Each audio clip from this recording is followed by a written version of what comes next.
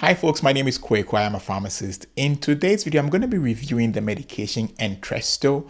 We'll be taking a look at the uses, the dosing, some side effects, precautions or best practices, as well as some cost considerations. But as always, this review is for informational purposes only, so please do not stop, or make any changes to your medications without first talking to your doctor. So for starters, what is Entresto? Well, Entresto is a medication prescribed for people with a specific type of heart failure called heart failure with reduced ejection fraction. In simple terms, it means that your heart isn't pumping as effectively as it should, making it harder for your body to get the oxygen and the nutrients that it needs. Entresto is a combination of two different medications, Sacubitril and valsartan. Now, Sacubitril works by inhibiting or blocking an enzyme called neprilysin, which helps relax blood vessels and decrease sodium and fluid in the body. Valsartan, on the other hand, is what we call an angiotensin receptor blocker, or ARB, as you probably may have heard it used for short. By a series of mechanisms, it helps to relax and open up your blood vessels, as well as even reduce fluid volume, making it easier for the heart to pump blood throughout the body. Now, here's the really cool part about Entresto. When these two medicines are combined in Entresto, they work together synergistically, meaning that their effects are enhanced and complementary. So you have a situation where 1 + 1, instead of being equal to 2, is equal to 3. The effect is more pronounced when they are combined together. Now, another thing that even makes Entresto even more special is that it's a different kind of medication for heart failure compared to some of the older ones, some of the older, more traditional treatments out there. Now, instead of just managing symptoms, Entresto targets some of the underlying processes that contribute to heart failure progression. So this means that it has the potential to not only improve your symptoms, but also help slow down the worsening of your condition over time. In fact, there are studies to show that Entresto does actually help to increase ejection fraction. Now let's talk about dosing. So when you first get prescribed Entresto, your doctor will probably start you on a lower dose. Now, this is because Entresto is a relatively powerful medication, and it's important to let your body kind of adjust to it gradually. Starting off with too high of a dose right away could potentially cause, side effects or make you not feel very well. So the typical starting dose is 1 tablet twice a day of the 24/26 milligram tablets. These two numbers refer to the amounts of the two ingredients. So we have 24 milligrams of Sacubitril and 26 milligrams of valsartan. So after about 2 to 4 weeks or so, starting your dose, your doctor will likely have you come in for a follow-up visit. During that visit, he probably will check whether you are tolerating the medication well, probably do some blood work, check your kidney function, amongst other things. If you are doing well, not experiencing any concerning side effects, your kidney numbers are where they're supposed to be, your doctor may increase your dose at that particular office visit. The target maintenance dose for most people is the maximum strength of 95/103 milligrams twice daily. But getting to that maximum dose is typically a stepwise process. Now, your doctor will likely increase the dose gradually, maybe probably going through the 49/51 milligram twice daily before eventually arriving at the preferred 93/103 milligrams twice daily. This slow titration allows your body to adjust to the increasing medication levels bit by bit, so you can avoid potential side effects. Now, talking about side effects, let's take a look at that.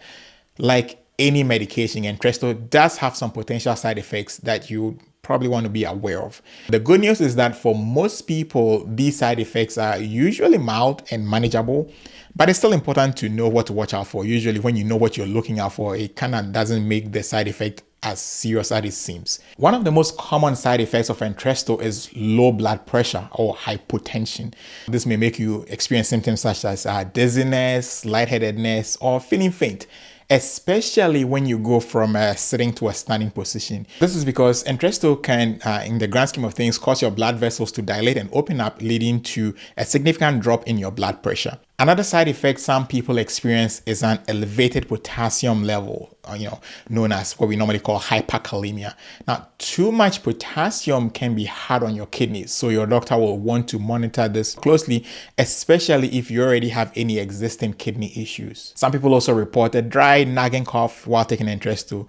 This is thought to be related to how the medication affects certain enzymes in the body. Other possible side effects include fatigue, headache, dizziness, nausea, and for some people, a temporary impaired kidney function. But then again, many people tolerate Entresto quite well. So as long as all your numbers and your kidney function is where it's supposed to be, usually there is not much of a problem. Now let's talk about some precautions. There are quite a few important precautions that you need to be aware of if you've been prescribed Entresto. The first thing is that Entresto should not be taken if you're pregnant, as it can potentially harm the developing fetus. So be sure to let your doctor know if you're expecting. Entresto can also interact with certain other medications such as potassium supplements or salt substitutes that are high in potassium. So definitely tell your doctor all the medications and supplements that you're taking so they can take a look at it and make sure that there is no problem there. There's no contraindication over there. It is also not recommended to take Entresto along with an ACE inhibitor. ACE inhibitors are primarily used to manage high blood pressure and can be identified, because they usually end in the letters IL. So we have things like lisinopril, benazepril, enalapril, among others. The best practice, according to the manufacturer, is to discontinue the ACE inhibitor medicine at least 36 hours before starting to take Entresto. If you are not certain if you're taking an ACE inhibitor, you probably want to do well to, talk to your pharmacist or talk to your doctor. They can look through your med list and point out if you're already taking an ACE inhibitor. Talking about ACE inhibitors, if you have had an allergic reaction, which has included maybe swelling of your face, your lips, your tongue, or throat, a condition we call angioedema, or you've had trouble breathing while taking an ACE inhibitor or another group of medications which are very similar, we call them the ARBs or the Angiotensin Receptor Blockers. Typical examples are valsartan and olmesartan.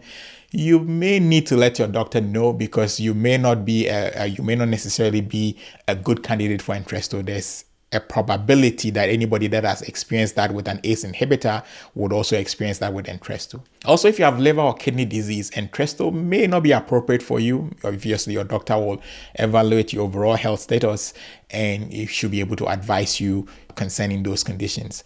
Now, one big con about Entresto is the pricing. Here in the US, if it is not covered by your insurance, it is near impossible to get it on a monthly basis. The manufacturer does have some support that as of the time of recording this video, even if it's covered by your insurance and your copay is relatively high, you can get a discount coupon from the manufacturer's side. But in the grand scheme of things, it is not the cheapest medication out there, even though it is one of the better ones out there. So high-level overview of Entresto. I surely do hope you found some value in it. If you did, please give this video a thumbs up and also subscribe to this channel if you have not already done so. Stay blessed. Catch you on the next video.